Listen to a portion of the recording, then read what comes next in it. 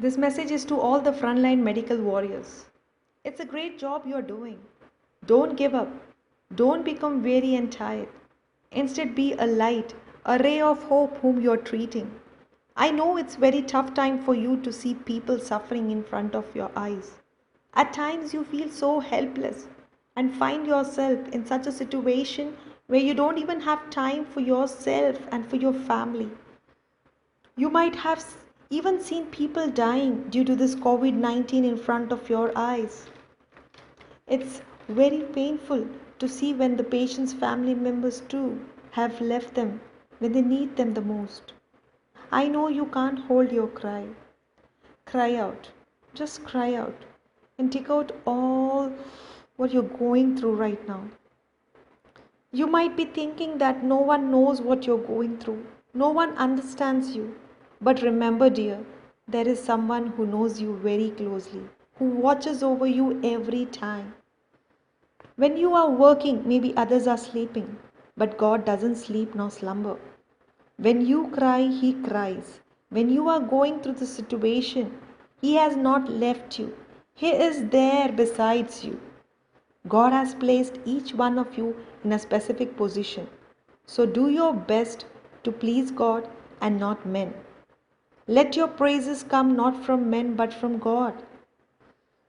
Colossians 3:23 says, "Work willingly at whatever you do, as though you were working for the Lord rather than for people." Jesus came down not to be served, but to serve and to give his life a ransom for many on the cross. Galatians 6:9 says, "Let us not grow weary of doing good, for in due season we will reap, if we do not give up." So, perseverance is the key. I know you are weary and you feel heavy burdened, heavy laden, but Jesus says, "Come to me, all you who are weary and burdened, and I will give you rest." That's the promise He's giving to us. God says, "I give you peace, the kind of peace only I can give. It isn't like the peace this world can give."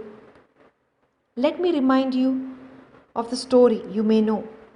It's a parable told by Jesus in the Gospel of Luke. It is about a traveler who is stripped of clothing, beaten, and left half dead alongside the road. First a priest, and then a Levite comes by, but both avoid this man. Finally, a Samaritan happens to pass by, who helps him, bandages his wounds, pours on oil and wine, and sets him on his own animal and brought him to an inn and took care of him. So, who is a good Samaritan? Who does good deeds out of compassion and not because of any hope of reward? You are a good Samaritan now, taking care of the patients. It's not possible by your strength, but only Jesus Christ, the Lord, can give you the strength. He says, "Ask of me and I will give it to you." Today, don't give up, don't get broken. This time would pass by, but see to it that situation doesn't take you away from God in the midst of chaos. The only weapon that can help you during this situation is your prayer life, your relationship with God. Only through your close connection with Lord Jesus, you can overcome what you're going through now. I hope God has touched your heart. Let me say a final word. There is peace only in the name of Jesus Christ. Taste and see that the Lord is good.